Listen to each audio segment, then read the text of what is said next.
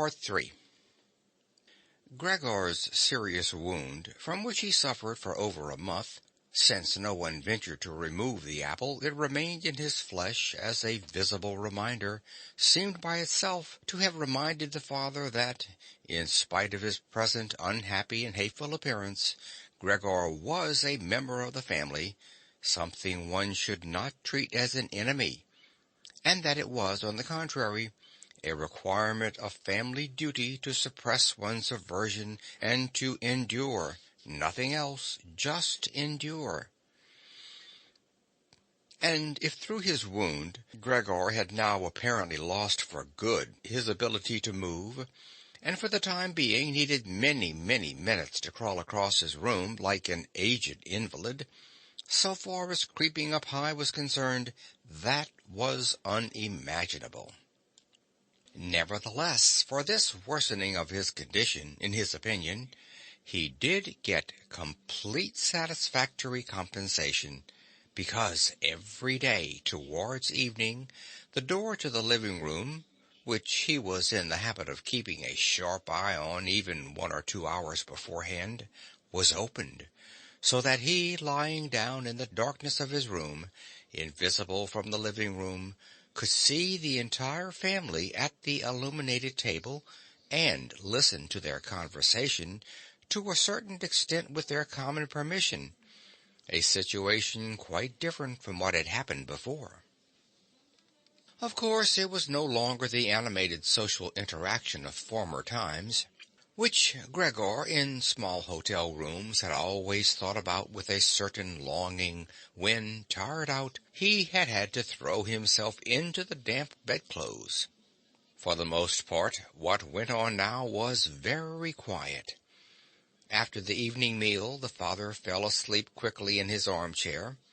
The mother and sister talked guardedly to each other in the stillness.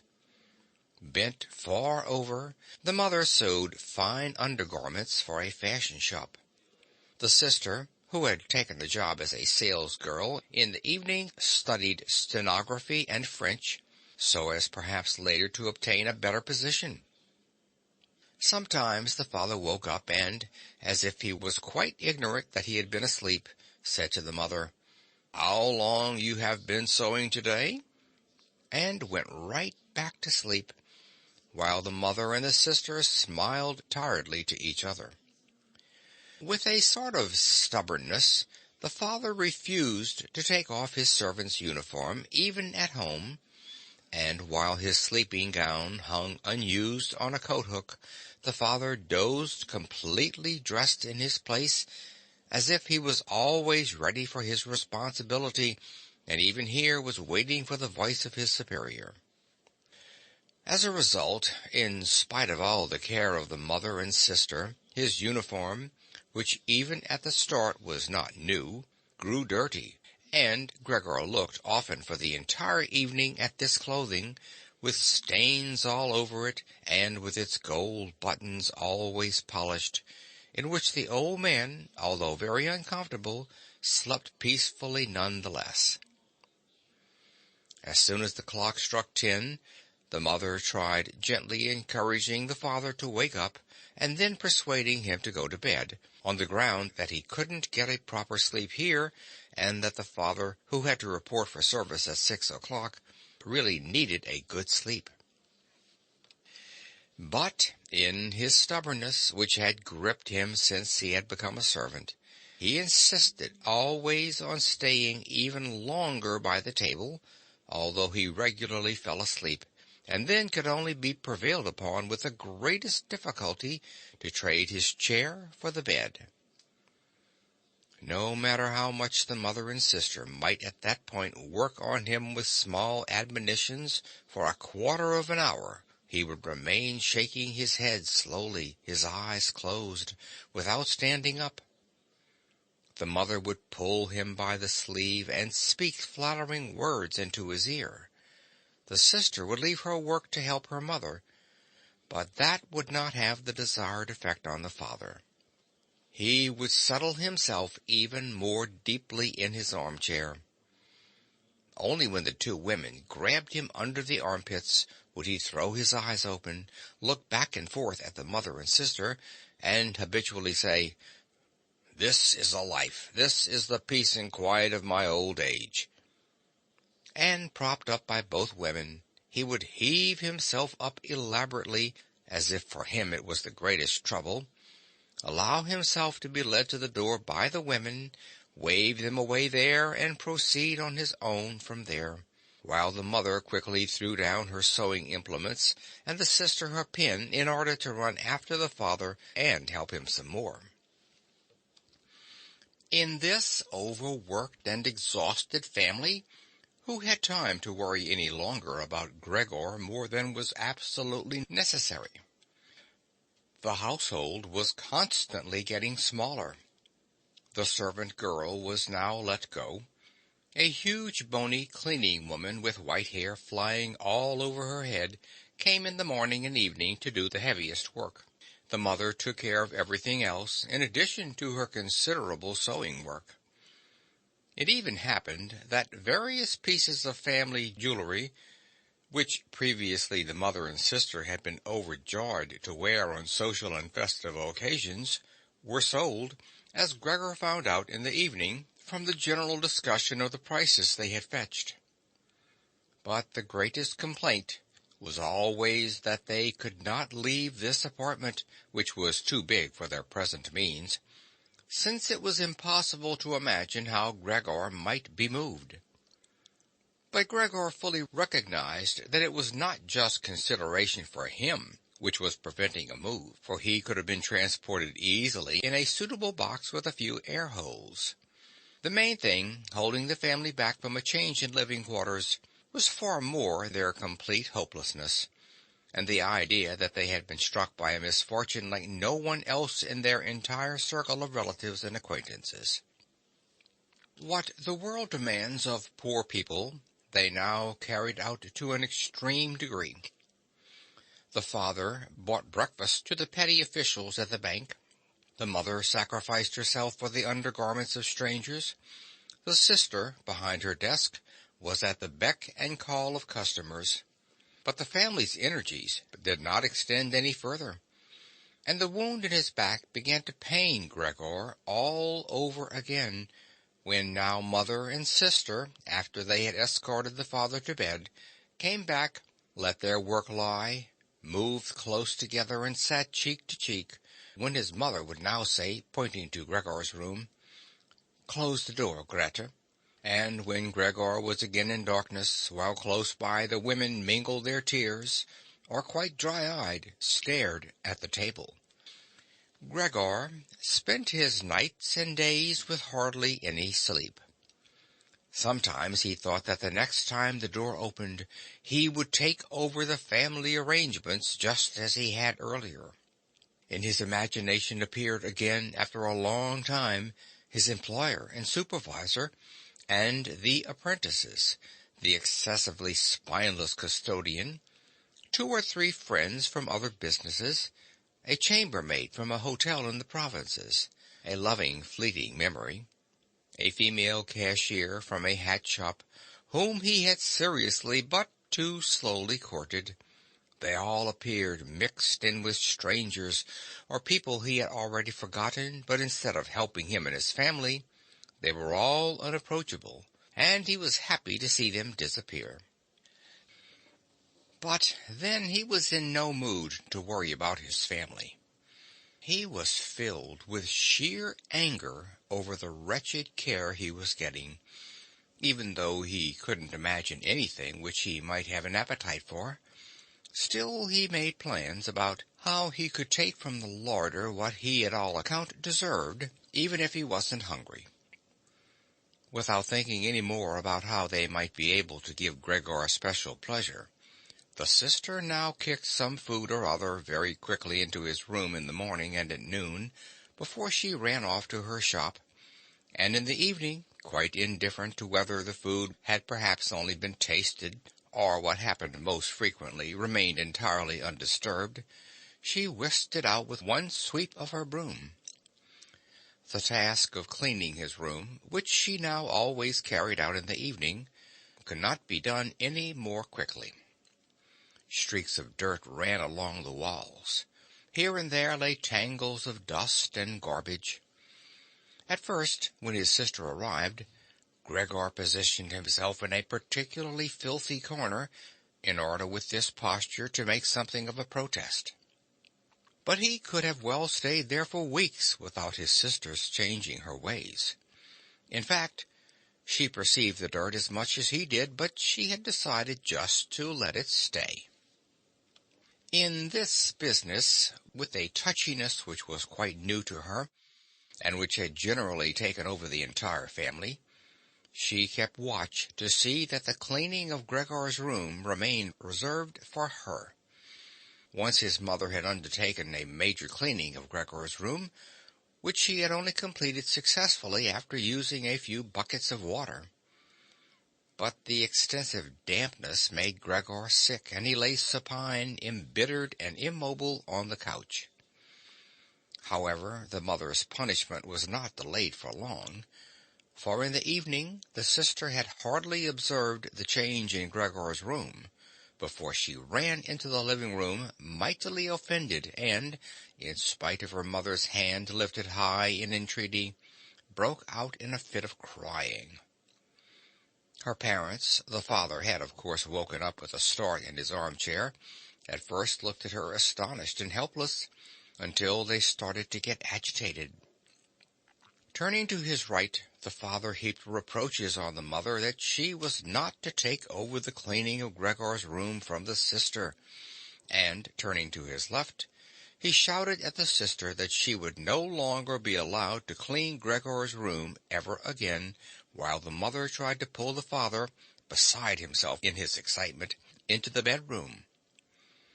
The sister, shaken by her crying fit, pounded on the table with her tiny fists, and Gregor hissed at all this, angry that no one thought about shutting the door and sparing him the sight of this commotion. But even when the sister, exhausted from her daily work, had grown tired of caring for Gregor as she had before, even then the mother did not have to come at all on her behalf, and Gregor did not have to be neglected, for now the cleaning woman was there. The old widow, who in her long life must have managed to survive the worst with the help of her bony frame, had no real horror of Gregor. Without being in the least curious, she had once by chance opened Gregor's door. At the sight of Gregor, who, totally surprised, began to scamper here and there, although no one was chasing him, she remained standing with her hands folded across her stomach, staring at him. Since then, she did not fail to open the door furtively a little every morning and evening to look in on Gregor. At first she also called him to her with words which she presumably thought were friendly, like, "Come here for a bit, old dung beetle," or "Hey, look at the old dung beetle." Addressed in such a manner, Gregor answered nothing, but remained motionless in his place, as if the door had not been opened at all. If only, instead of allowing this cleaning woman to disturb him uselessly whenever she felt like it, they had given her orders to clean up his room every day. One day, in the early morning, a hard downpour, perhaps already a sign of the coming spring, struck the window panes, when the cleaning woman started up once again with her usual conversation. Gregor was so bitter that he turned towards her as if for an attack, although slowly and weakly. But instead of being afraid of him, the cleaning woman merely lifted up a chair standing close by the door, and, as she stood there with her mouth wide open, her intention was clear. She would close her mouth only when the chair in her hand had been thrown down on Gregor's back. "This goes no further, all right?" she asked, as Gregor turned himself around again, and she placed the chair calmly back in the corner. Gregor ate hardly anything any more. Only when he chanced to move past the food which had been prepared did he, as a game, take a bit into his mouth, hold it there for hours, and generally spit it out again. At first he thought it might be his sadness over the condition of his room which kept him from eating, but he very soon became reconciled to the alterations in his room. People had grown accustomed to put into storage in his room things which they couldn't put anywhere else, and at this point there were many such things, now that they had rented one room of the apartment to 3 lodgers. These solemn gentlemen, all 3 had full beards, as Gregor once found out through a crack in the door, were meticulously intent on tidiness, not only in their own room, but, since they had now rented a room here, in the entire household, and particularly in the kitchen. They simply did not tolerate any useless or shoddy stuff. Moreover, for the most part, they had brought with them their own pieces of furniture. Thus, many items had become superfluous, and these were not really things one could sell or things people wanted to throw out. All these items ended up in Gregor's room, even the box of ashes and the garbage pail from the kitchen. The cleaning woman, always in a hurry, simply flung anything that was momentarily useless into Gregor's room. Fortunately, Gregor generally saw only the relevant object and the hand which held it. The cleaning woman perhaps was intending, when time and opportunity allowed, to take the stuff out again, or to throw everything out all at once. But in fact, the things remained lying there, wherever they had ended up at the first throw, unless Gregor squirmed his way through the accumulation of junk and moved it. At first, he was forced to do this, because otherwise there was no room for him to creep around, but later he did it with a growing pleasure, although after such movements, tired to death and feeling wretched, he didn't budge for hours. Because the lodgers sometimes also took their evening meal at home in the common living room, the door to the living room stayed shut on many evenings. But Gregor had no trouble at all going without the open door. Already, on many evenings when it was open, he had not availed himself of it, but, without the family noticing, was stretched out in the darkest corner of the room. However, once the cleaning woman had left the door to the living room slightly ajar, and it remained open even when the lodgers came in the evening and the lights were put on.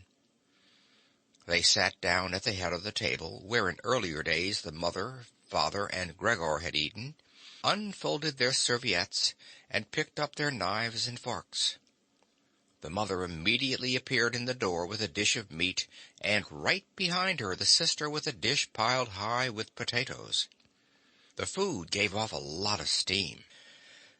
The gentlemen lodgers bent over the plate set before them as if they wanted to check it before eating, and in fact the one who sat in the middle, for the other 2 he seemed to serve as the authority, cut off a piece of meat still on the plate, obviously to establish whether it was sufficiently tender and whether or not something should be shipped back to the kitchen. He was satisfied, and mother and sister, who had looked on in suspense, began to breathe easily and to smile. The family itself ate in the kitchen. In spite of that, before the father went into the kitchen, he came into the room, and with a single bow, cap in hand, made a tour of the table. The lodgers rose up collectively and murmured something in their beards. Then, when they were alone, they ate almost in complete silence. It seemed odd to Gregor that, out of all the many different sorts of sounds of eating, what was always audible was their chewing teeth, as if by that Gregor should be shown that people needed their teeth to eat, and that nothing could be done even with the most handsome toothless jawbone. "I really do have an appetite," Gregor said to himself sorrowfully, "but not for these things. How these lodgers stuff themselves, and I am dying." On this very evening the violin sounded from the kitchen. Gregor didn't remember hearing it all through this period. The lodgers had already ended their night meal. The middle one had pulled out a newspaper and had given each of the other 2 a page, and they were now leaning back, reading and smoking. When the violin started playing, they became attentive, got up and went on tiptoe to the hall door, at which they remained standing pressed up against one another. They must have been audible from the kitchen, because the father called out, "Perhaps the gentlemen don't like the playing. It can be stopped at once." "On the contrary," stated the lodger in the middle, "might the young woman not come in to us and play in the room here, where it is really much more comfortable and cheerful?" "Oh, thank you," cried out the father, as if he were the one playing the violin. The men stepped back into the room and waited. Soon the father came with the music stand, the mother with the sheet music, and the sister with the violin. The sister calmly prepared everything for the recital. The parents, who had never previously rented a room and therefore exaggerated their politeness to the lodgers, dared not sit on their own chairs. The father leaned against the door, his right hand stuck between two buttons of his buttoned-up uniform. The mother, however, accepted a chair offered by one lodger. Since she left the chair sit where the gentleman had chanced to put it, she sat to one side in a corner. The sister began to play. The father and mother, one on each side, followed attentively the movements of her hands. Attracted by the playing, Gregor had ventured to advance a little forward, and his head was already in the living room. He scarcely wondered about the fact that recently he had had so little consideration for the others. Earlier, this consideration had been something he was proud of, and for that reason he would have had at this moment more reason to hide away, because, as a result of the dust which lay all over his room and flew around with the slightest movement, he was totally covered in dirt. On his back and his sides he carted around with him dust, threads, hair, and remnants of food. His indifference to everything was much too great for him to lie on his back and scour himself on the carpet, as he often had done earlier during the day. In spite of his condition, he had no timidity about inching forward a bit on the spotless floor of the living room. In any case, no one paid him any attention. The family was all caught up in the violin playing. The lodgers, by contrast, who for the moment had placed themselves, hands in their trouser pockets, behind the music stand, much too close to the sister, so that they could all see the sheet music, something that must certainly bother the sister, soon drew back to the window, conversing in low voices with bowed heads, where they then remained, worriedly observed by the father. It now seemed really clear that, having assumed they were to hear a beautiful or entertaining violin recital, they were disappointed and were allowing their peace and quiet to be disturbed only out of politeness. The way in which they all blew the smoke from their cigars, out of their noses and mouths in particular, led one to conclude that they were very irritated. And yet his sister was playing so beautifully. Her face was turned to the side. Her gaze followed the score intently and sadly. Gregor crept forward still a little further, keeping his head close against the floor in order to be able to catch her gaze if possible. Was he an animal that music so captivated him? For him it was as if the way to the unknown nourishment he craved was revealing itself. He was determined to press forward right to his sister, to tug at her dress, and to indicate to her in this way that she might still come with her violin into his room, because here no one valued the recital as he wanted to value it. He did not wish to let her go from his room any more, at least not as long as he lived. His frightening appearance would for the first time become useful for him. He wanted to be at all the doors of his room simultaneously and snarl back at the attackers. However, his sister should not be compelled, but would remain with him voluntarily. She would sit next to him on the sofa, bend down her ear to him, and he would then confide to her that he firmly intended to send her to the conservatory, and that, if his misfortune had not arrived in the interim, he would have declared all this last Christmas, had Christmas really already come and gone, and would have brooked no argument. After this explanation, his sister would break out in tears of emotion, and Gregor would lift himself up to her armpit and kiss her throat, which she, from the time she started going to work, had left exposed without a band or a collar. "Mr. Samsa," called out the middle lodger to the father, and, without uttering a further word, pointed his index finger at Gregor as he was moving slowly forward. The violin fell silent. The middle lodger smiled, first shaking his head once at his friends, and then looked down at Gregor once more.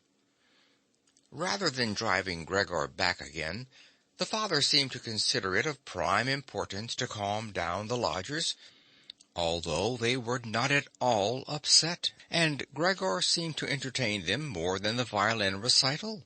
The father hurried over to them and, with outstretched arms, tried to push them into their own room and simultaneously to block their view of Gregor with his own body. At this point they became really somewhat irritated, although one no longer knew whether that was because of the father's behavior or because of knowledge they had just acquired that they had, without knowing it, a neighbor like Gregor. They demanded explanations from his father, raised their arms to make their points, tugged agitatedly at their beards, and moved back towards their room quite slowly. In the meantime, the isolation which had suddenly fallen upon his sister after the sudden breaking off of the recital had overwhelmed her. She had held on to the violin and bow in her limp hands for a little while, and had continued to look at the sheet music as if she was still playing. All at once she pulled herself together, placed the instrument in her mother's lap.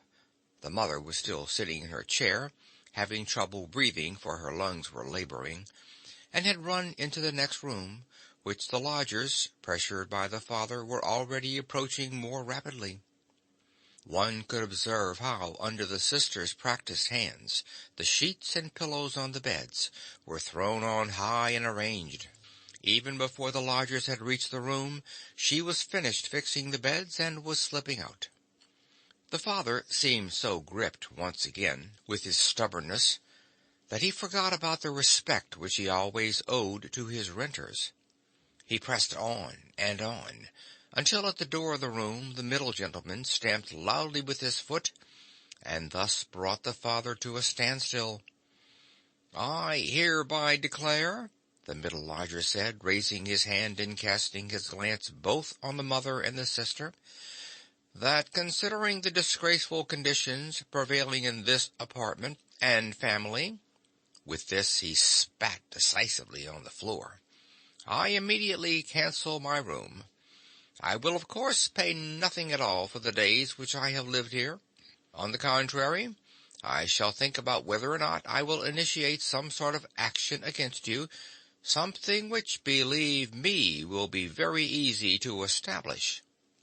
He fell silent and looked directly in front of him, as if he was waiting for something. In fact, his two friends immediately joined in with their opinions. "We also give immediate notice." At that he seized the door handle, banged the door shut, and locked it. The father groped his way tottering to his chair, and let himself fall in it. It looked as if he was stretching out for his usual evening snooze, but the heavy nodding of his head, which looked as if it was without support, showed that he was not sleeping at all. Gregor had lain motionless the entire time in the spot where the lodgers had caught him. Disappointment with the collapse of his plan, and perhaps also weakness brought on by his severe hunger, made it impossible for him to move. He was certainly afraid that a general disaster would break over him at any moment, and he waited. He was not even startled when the violin fell from the mother's lap, out from under her trembling fingers, and gave off a reverberating tone. "My dear parents," said the sister, banging her hand on the table by way of an introduction, "things cannot go on any longer in this way. Maybe if you don't understand that, well, I do. I will not utter my brother's name in front of this monster, and thus I say only that we must try to get rid of it. We have tried what is humanly possible to take care of it and to be patient. I believe that no one can criticize us in the slightest." "She is right in 1,000 ways," said the father to himself. The mother, who was incapable of breathing properly, began to cough numbly with her hand held up over her mouth and a manic expression in her eyes. The sister hurried over to her mother and held her forehead. The sister's words seemed to have led the father to certain reflections. He sat upright, played with his uniform hat among the plates, which still lay on the table from the lodger's evening meal, and looked now and then at the motionless Gregor. "We must try to get rid of it," the sister now said decisively to the father, for the mother in her coughing fit was not listening to anything. "It is killing you both. I see it coming. When people have to work as hard as we all do, they cannot also tolerate this endless torment at home. I just can't go on any more." And she broke out into such a crying fit that her tears flowed out down onto her mother's face. She wiped them off her mother with mechanical motions of her hands. "Child," said the father, sympathetically and with obvious appreciation, "then what should we do?" The sister only shrugged her shoulders as a sign of the perplexity which, in contrast to her previous confidence, had come over her while she was crying. "If only he understood us," said the father in a semi-questioning tone. The sister, in the midst of her sobbing, shook her head energetically as a sign that there was no point thinking of that. "If he only understood us," repeated the father, and by shutting his eyes he absorbed the sister's conviction of the impossibility of this point. Then perhaps some compromise could be possible with him. But as it is— "It must be gotten rid of," cried the sister. "That is the only way, father. You must try to get rid of the idea that this is Gregor. The fact that we have believed for so long, that is truly our real misfortune. But how can it be Gregor? If it were Gregor, he would have long ago realized that a communal life among human beings is not possible with such an animal, and would have gone away voluntarily. Then we would not have a brother, but we could go on living and honor his memory. But this animal plagues us. It drives away the lodgers, will obviously take over the entire apartment, and leave us to spend the night in the alley. Just look, father," she suddenly cried out. "He is already starting up again." With a fright which was totally incomprehensible to Gregor, the sister even left the mother, pushed herself away from her chair as if she would sooner sacrifice her mother than remain in Gregor's vicinity, and rushed behind her father, who, excited merely by her behavior, also stood up and half raised his arms in front of the sister as though to protect her. But Gregor did not have any notion of wishing to create problems for anyone, and certainly not for his sister. He had just started to turn himself around in order to creep back into his room, quite a startling sight, since, as a result of his suffering condition, he had to guide himself through the difficulty of turning around with his head, in the process lifting and banging it against the floor several times. He paused and looked around. His good intentions seemed to have been recognized. The fright had lasted only for a moment. Now they looked at him in silence and sorrow. His mother lay in her chair, with her legs stretched out and pressed together. Her eyes were almost shut from weariness. The father and sister sat next to one another. The sister had set her hands around the father's neck. "Now perhaps I can actually turn myself around," thought Gregor, and began the task again. He couldn't stop puffing at the effort, and had to rest now and then. Besides, no one was urging him on. It was all left to him on his own. When he had completely turned around, he immediately began to wander straight back. He was astonished at the great distance which separated him from his room, and did not understand in the least how, in his weakness, he had covered the same distance a short time before, almost without noticing it. Constantly intent only on creeping along quickly, he hardly paid any attention to the fact that no word or cry from his family interrupted him. Only when he was already in the door did he turn his head, not completely, because he felt his neck growing stiff. At any rate, he still saw that behind him nothing had changed. Only the sister was standing up. His last glimpse brushed over the mother, who was now completely asleep. Hardly was he inside his room when the door was pushed shut very quickly, bolted fast, and barred.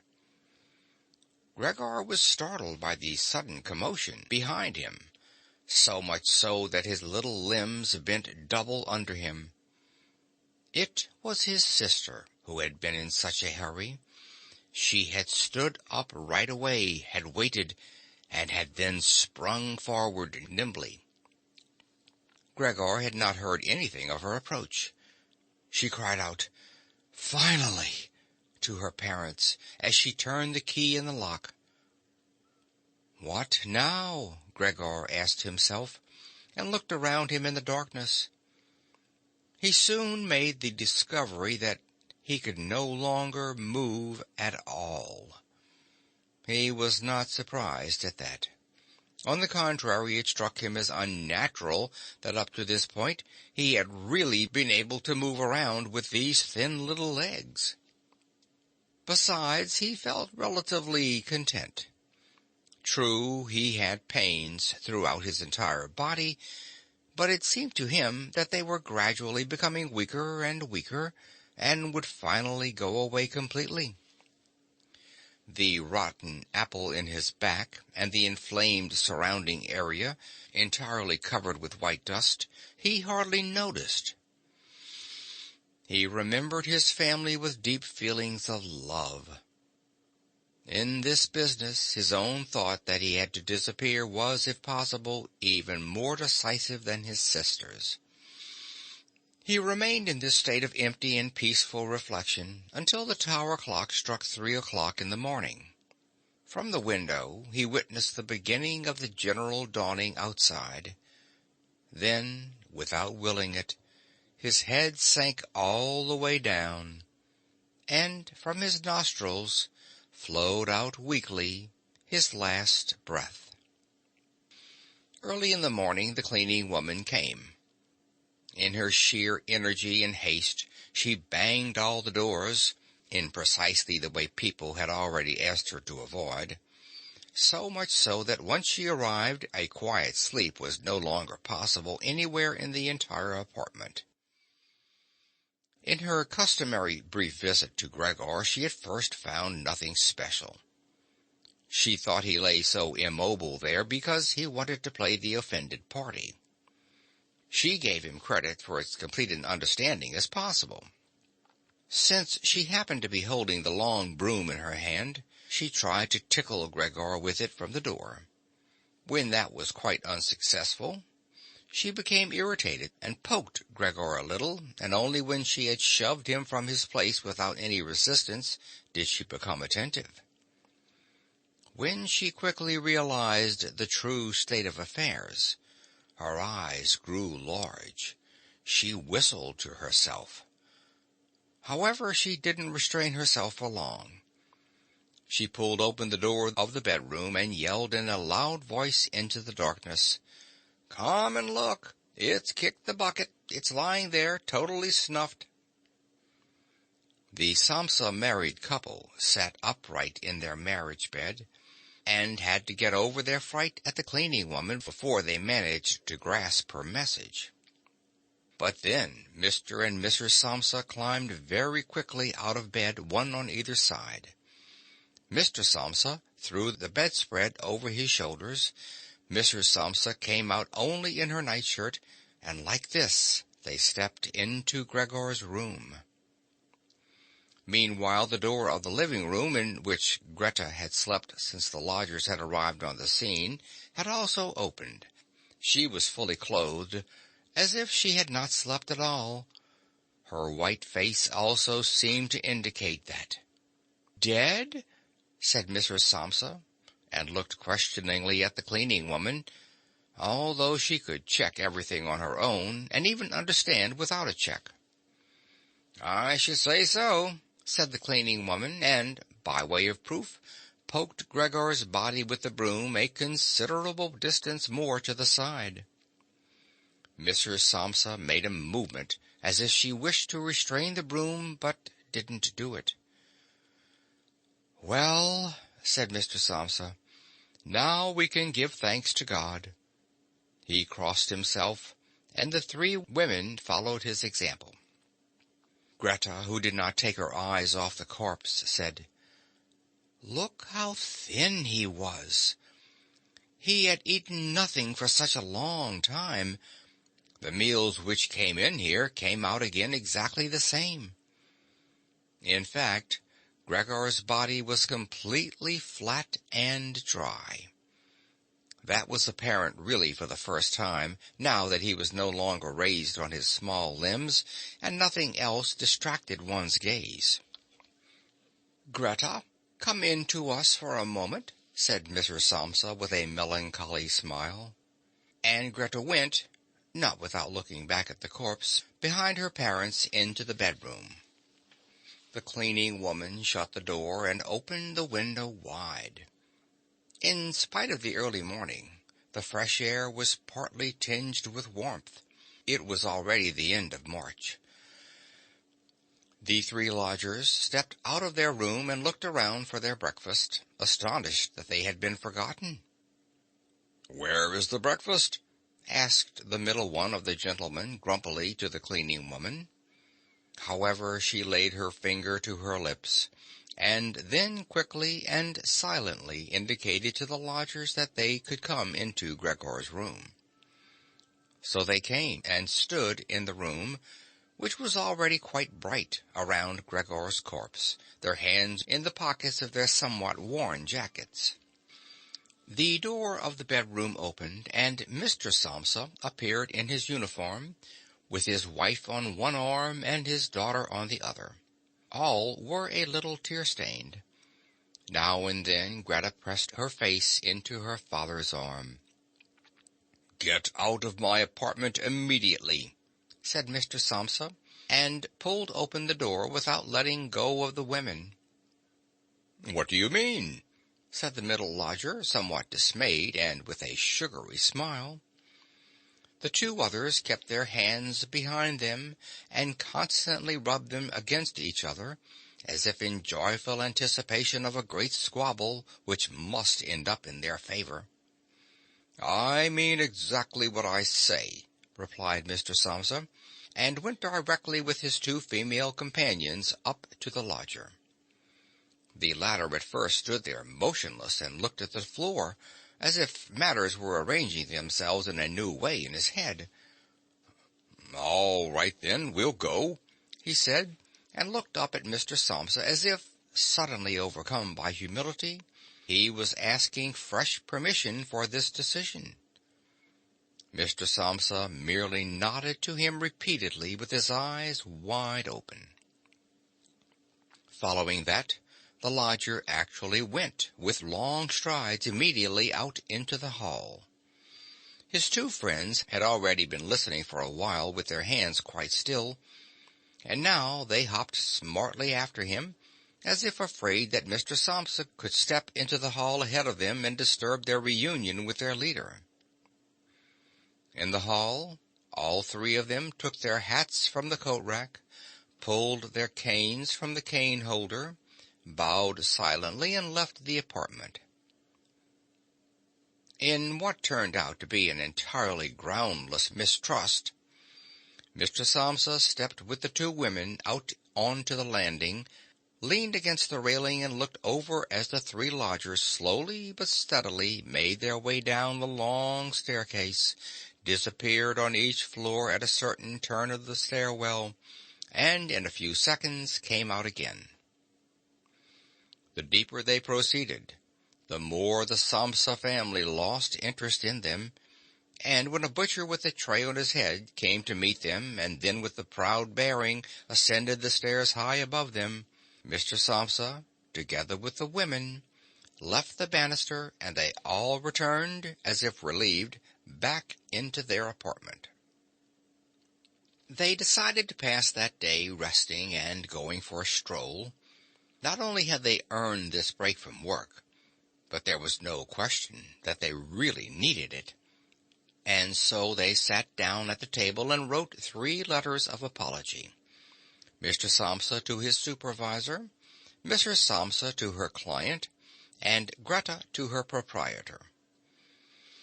During the writing, the cleaning woman came in to say that she was going off, for her morning work was finished. The 3 people writing at first merely nodded without glancing up. Only when the cleaning woman was still unwilling to depart did they look up angrily. "Well?" asked Mr. Samsa. The cleaning woman stood smiling in the doorway, as if she had a great stroke of luck to report to the family, but would only do it if she was asked directly. The almost upright small ostrich feather in her hat, which had irritated Mr. Samsa during her entire service, swayed lightly in all directions. "All right, then, what do you really want?" asked Mrs. Samsa, whom the cleaning lady still usually respected. "Well," answered the cleaning lady, smiling so happily she couldn't go on speaking right away, "about how that rubbish from the next room should be thrown out. You mustn't worry about it. It's all taken care of." Mrs. Samsa and Greta bent down to their letters as though they wanted to go on writing. Mr. Samsa, who noticed that the cleaning woman wanted to start describing everything in detail, decisively prevented her with an outstretched hand. But since she was not allowed to explain, she remembered the great hurry she was in and called out, clearly insulted, "Bye-bye, everyone," turned around furiously and left the apartment with a fearful slamming of the door. "This evening she'll be let go," said Mr. Samsa, but he got no answer from either his wife or from his daughter, because the cleaning woman seemed to have upset once again the tranquillity they had just attained.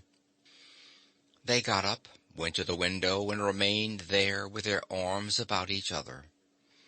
Mr. Samsa turned around in his chair in their direction and observed them quietly for a while. Then he called out, "All right, come here then. Let's finally get rid of old things. And have a little consideration for me." The women attended to him at once. They rushed to him, caressed him, and quickly ended their letters. Then all 3 left the apartment together, something they had not done for months now, and took the electric tram into the open air outside the city. The car in which they were sitting by themselves was totally engulfed by the warm sun. Leaning back comfortably in their seats, they talked to each other about future prospects, and they discovered that on closer observation these were not at all bad, for the three of them had employment, about which they had not really questioned each other at all, which was extremely favorable and with especially promising prospects. The greatest improvement in their situation at this moment, of course, had to come from a change of dwelling. Now they wanted to rent an apartment smaller and cheaper, but better situated and generally more practical than the present one which Gregor had found. While they amused themselves in this way, it struck Mr. and Mrs. Samsa almost at the same moment how their daughter, who was getting more animated all the time, had blossomed recently, in spite of all the troubles which had made her cheeks pale, into a beautiful and voluptuous young woman. Growing more silent and almost unconsciously understanding each other in their glances, they thought that the time was now at hand to seek out a good, honest man for her. And it was something of a confirmation of their new dreams and good intentions when, at the end of their journey, their daughter got up first and stretched her young body. End of The Metamorphosis by Franz Kafka.